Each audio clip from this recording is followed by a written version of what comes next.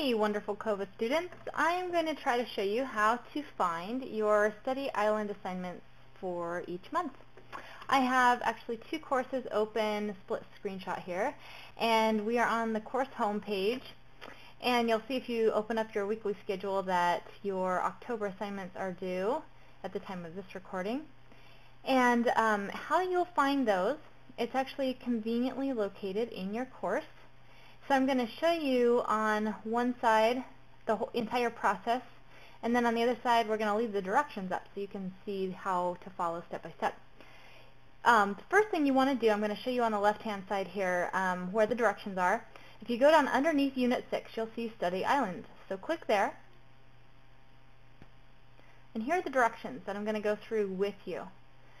So number one says go to studyisland.com.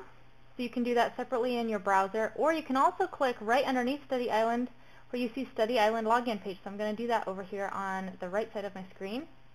And you'll see there's actually the Study Island page loaded in your course. So you can go to studyisland.com or just click here and same thing. Doesn't matter which way you do it. Then you're going to enter in your login ID. Your first blank there is for your username.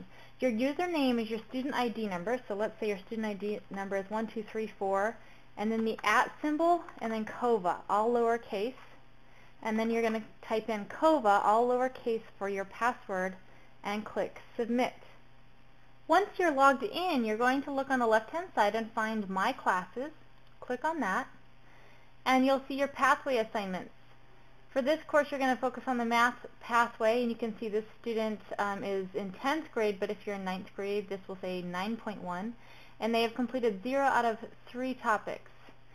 So, to go ahead and get started on those, just click right here, and you'll see your topics for this particular month. There's 3, that'll vary. So however many numbers you see here, that's the number of topics you need to complete. And as you can see, the directions say you just want to select the first topic by clicking on it and complete 10 questions. You can also click on lesson if you want to see what it's about.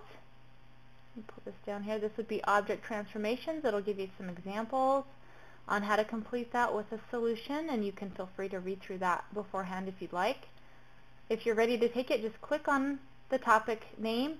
You can do either game mode or practice mode. Printable worksheet is just like it sounds. You can print it off and practice some more, but it won't register in the Study Island web address as you having completed questions. So once you're ready, you actually want to go into practice mode or game mode. I'll just do practice mode. One thing you want to make sure is keep that is at 10 questions. You need to do 10 questions under each topic. It should be default at 10, so just leave it there and click next. And then just go ahead and start answering your questions. You only would want to hit end, if you really need to for some reason, but it won't, let you finish your 10 questions if you click end. So just go ahead and answer the question, and then hit next question, so on and so forth. If you do hit end, it'll show, oh hey look, I took a lucky guess. I got that one right. But even if you get 100% and you only answer 2 questions, you're not quite done. You want to do 10 questions. So make sure you do 10 questions. One thing to note, your percentage isn't going to count for your participation score. You'll see here there's a note that you receive a 10-point grade in your math class for participation. So like if you follow the directions here, just like it states, you complete 10 questions in each topic, you're going to get those 10 points regardless of your percentage here. If you get 70% or higher on those 10 questions, you're going to get extra credit each month. But as long as you complete your 10 questions, you do your best, you will get your full 10 out of 10 points for participating. If you do get 70% or higher, you'll get some extra credit.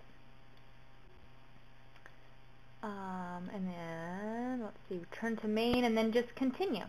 So keep going. You have 2 more topics for this month. Keep going, and it'll show you here your summary. It says I only answered 2 questions. Make sure you get, this is your goal. For sure, complete the 10 questions. Your goal is 70%, but again, don't stress if you are not 70% or higher. but definitely make sure that you enter your 10 questions, get through 10 questions in each topic. One thing to know, if you do not get above your 10 questions, let me go back to that course home, return to main, it will say incomplete. So it might say if you've completed 10 questions in each topic, but you didn't score 70% or higher, let's say, for some reason, it'll say 3 out of 3 topics passed, but it will still say incomplete. The only way this will change to complete is if you do get 70% or higher in all of your assignments.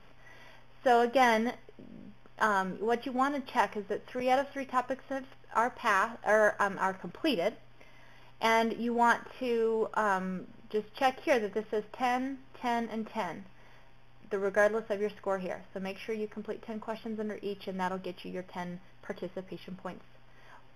Let me know if you have